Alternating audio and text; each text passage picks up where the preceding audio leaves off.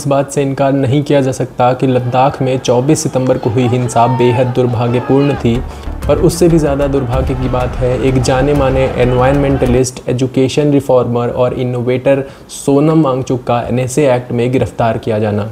दोस्तों, एनएसए यानी national security act बहुत ही गंभीर अपराधियों और आतंकवादियों को गिरफ्तार करने के लिए बनाया गया कानून है। एक सोशल एक्टिविस्ट को इस कानून के तहत गिरफ्तार किया जाना इस कानून का गंभीर दुरुपयोग और एक चिंता का विषय है। सोनम वांगचुक, जिनके आइस स्तूप ने दुनिया भर में लद्दाख और भारत का नाम रोशन किया और सोलर हीटेड टेंट्स ने भारतीय सेना के जवानों की काफ़ी मदद की।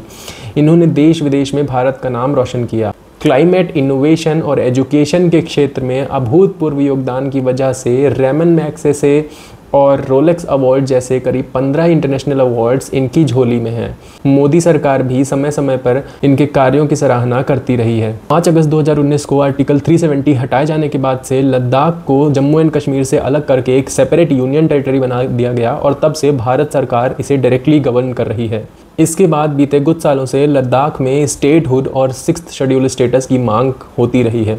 वहाँ के लोग अपने पर्यावरण, ecological balance, development, jobs, local language और कल्चर को प्रिजर्व करने के लिए ये सारी मांगें करते रहे हैं। अब इनमें से सारी मांगें तो जस्टिफाइड नहीं हैं, क्योंकि लद्दाख हिमालय का बहुत ही फ्रेजाइल इकोसिस्टम है और भारत के 2 होस्टाइल नेबर्स से घिरा हुआ है। तो अब इसमें भारत सरकार का डायरेक्ट कंट्रोल होना वहाँ डिफेंस इंफ्रास्ट्रक्चर इजीली डेवलप कर पाने में मददगार होता है। लेकिन भारत सरकार को लद्दाख के लोगों से बात करके कोई बीच का रास्ता निकालना चाहिए था।